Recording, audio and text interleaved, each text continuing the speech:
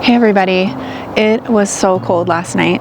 Now I knew it was going to be cold the next few nights, and I actually covered a lot of my plants in expectation of some potential frost the night before last. It was forecasted to be 35 where I am, but you know how forecasts go, and a lot of times where I live it gets a little bit colder than what's forecasted, so I didn't want to risk it, and I came through and, as you can see, covered all of the frost tender things that I could. I only had so many blankets and frost cloth, so I couldn't do all of it, so I had to choose my favorites, and you find out really quickly which ones are your favorites when you only have so much frost cloth. When I woke up this morning though, I knew it had really gotten cold, and when I checked the weather it said 31 degrees, and I couldn't see out the window. When I looked out the window this morning it was just dark because I get up pretty early, so I was just waiting, and I kept peeking out the window to try to see if I could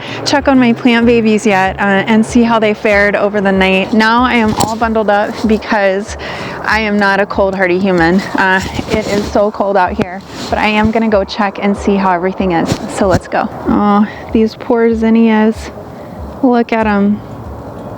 They are just so frosted. I'm really glad that I picked one last bouquet yesterday, because I don't think these guys, once the sun hits them, are gonna fare very well.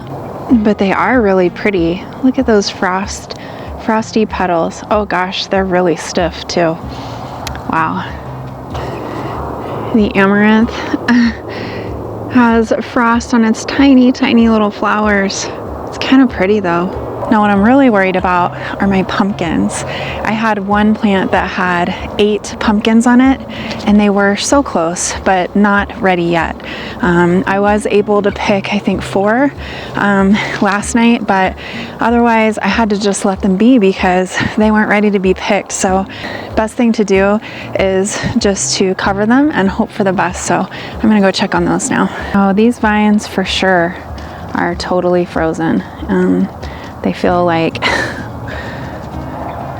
they're just already starting to curl, and the sun hasn't even hit them yet. But I'm really, really curious about the ones that have pumpkins on them. You can even see the frost cloth here is just covered in just a nice hard coating of frost. So let's go look. Looks like this guy is okay. What I was worried about were the other branches that were coming from the main plant, and I tried to cover as much as I could, but it was windy last night, and so I can see that some of the covers got blown off a little bit, so hopefully it was enough to keep the plant alive, the mother plant, so that gets a few more days. This is probably one of the pumpkins that was the closest. So I definitely want to check on that. Let's see. She looks good. There's even a silly basil here that looks unscathed, and basil is as frost tender as I am.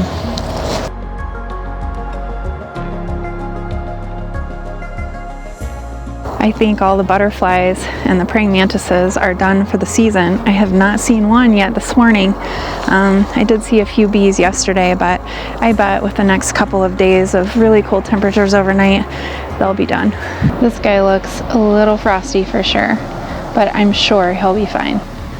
This phenomenon is called guttation, and it's where the water moves through the plant and comes out at the leaf edges.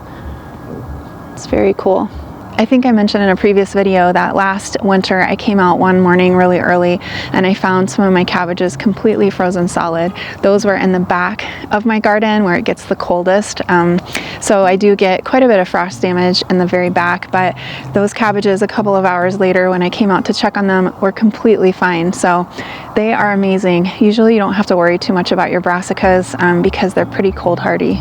Now my beans, on the other hand, I tried my best to cover with this frost cloth all the way down, But it was windy last night, so even though I tried to cover it up, and I even clipped it in some places with some of the clips that came with a frost cloth, but that breeze blew it off, and so a lot of it was just exposed and open to the frosty air this morning. And I'm seeing that there was quite a bit of frost damage, which is a shame because these are pole beans. Last year they weren't dried and ready to pick until early December, so they still had about another month to go. And I noticed that they were developing a lot of green pods, but they were nowhere near ready, so I don't know if I'm going to be able to salvage these. So the beans that were covered are still pretty frozen, so I guess we'll see. I'm just going to cover these up really well until it warms up, till the sun comes up, just to protect them, and then I'll check back in with them later. This okra was one of the older plants, and I just didn't have enough cover for it, so I just had to let it be. But I did cover some other plants that were a little bit younger, so let's go check on those. So the only thing left that I had to cover was some of this frost cloth, and I was like, well, let's just see how it goes. But I'm thinking, I'm not sure it went so well, because this okra is just stiff. Maybe this plant's all right. Actually, now that I look at it, I think these might be okay. So maybe I'll get just a few more bits of okra. I'm going to cover this back up because when the sun comes up, I don't want it to cook with the frost covering it. I don't know about these beans. These are the Ayacote Negro pole beans. They're a runner bean. Actually, looks like they might be okay. So at least the parts that are covered up. Most of the things that I covered are okay, which is amazing. It's supposed to be 31 tonight too. And you may be wondering why I'm running around trying to prolong summer and protect the plants, because it's clearly time to switch the seasons. And that is true. It's definitely going to make some of the hard decisions of ripping things out that I'm pretty attached to a little easier if they're dead. But there are certain things that are just right on the cusp of being ready, like the pumpkins and the runner beans and the pole beans, that I'm not quite ready to get rid of yet. All the little leaves have frosty tips on them this morning. I wonder if they had quite a few figs on them still. Let's see. I wonder if the figs are frozen or if they'll continue to ripen. There's one fig right here, but I don't know if it'll ripen or the rest of these will ripen or not. But there are a lot of them on all of the branches, so I guess we'll just have to wait and see. These figs are so good. They're the Quito Vaquito variety that were found down in Ajo. It's a really old variety. In the next couple of days, it's supposed to go up into the 80s and stay there for a couple of weeks without freezing temperatures overnight. And I think that couple of weeks with warm temperatures will be just enough to be able to get everything done, I hope. So at least the pumpkins and the last bit of the tomatoes. So if I can just protect them for a couple weeks longer, I think I'll be in a much better spot to let go and detach from the summer garden and say goodbye for the season. I love the red tinged tips on these guava trees. They are not liking this cold. They are definitely a warm weather lover. It froze all the way back last year, so I'm going to try to cover this. I don't think it's quite frozen all the way, but I'm going to cover it this winter to try to protect it a little better.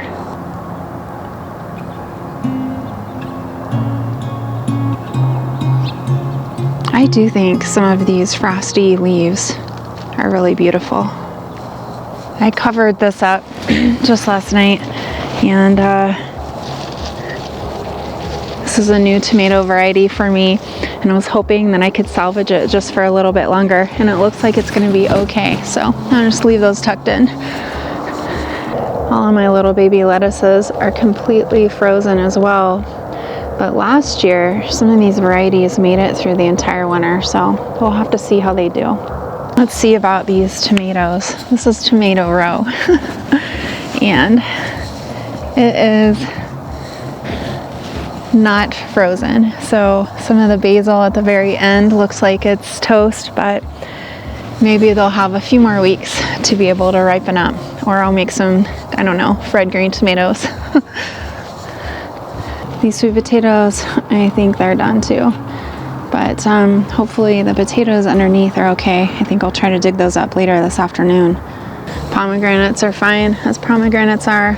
I'm just gonna take that last pomegranate and have that for breakfast. Last night I was running around like a crazy person. I was so worried about getting the last few things harvested. I had a ton of jalapenos on my plants and a bunch of tomatoes too from the second round of tomatoes, and so I grabbed a cardboard box and I was running around and trying to harvest everything I could. And so of course now I've got a lot of work for myself in the kitchen. I was dehydrating jalapenos, putting them in the dehydrator, chopping some of the pasilla peppers up to put them into the freezer so that we could use them for tacos and things later in the winter.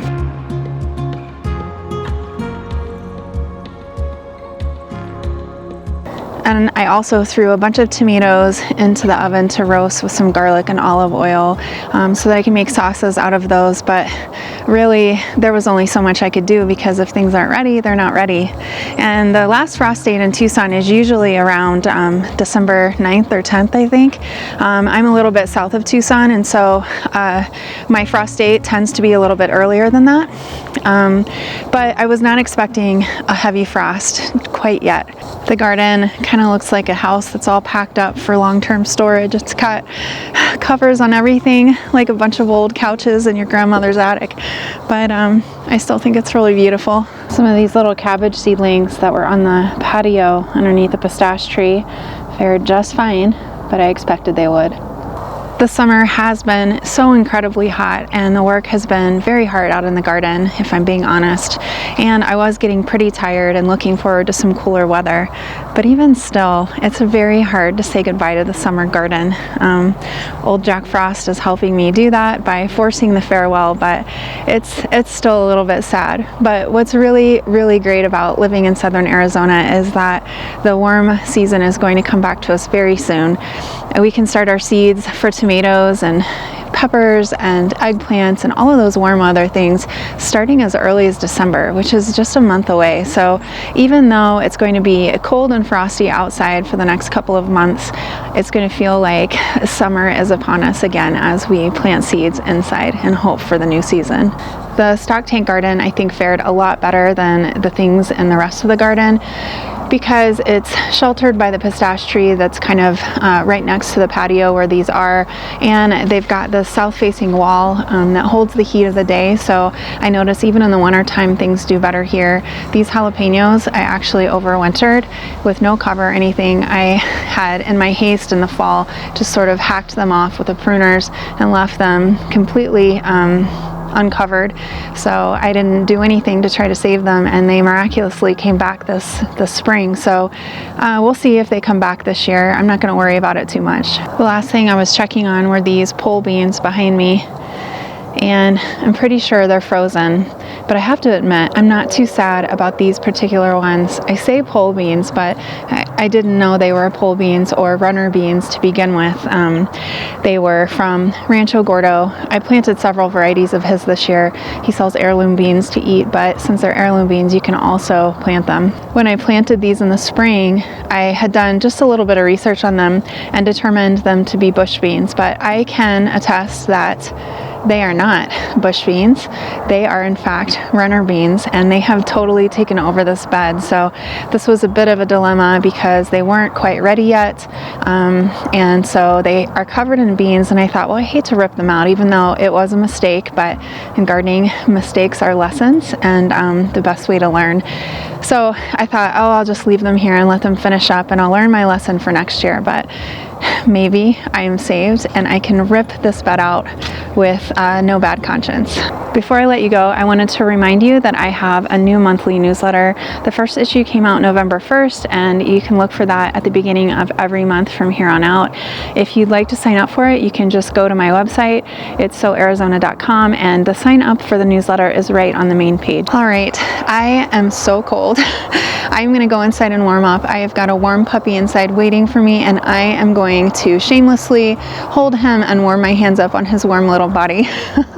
So I am Kara from So Arizona. Thank you so much for hanging out with me on this very frosty morning in the garden. I hope that you stay warm. Until next time, happy gardening.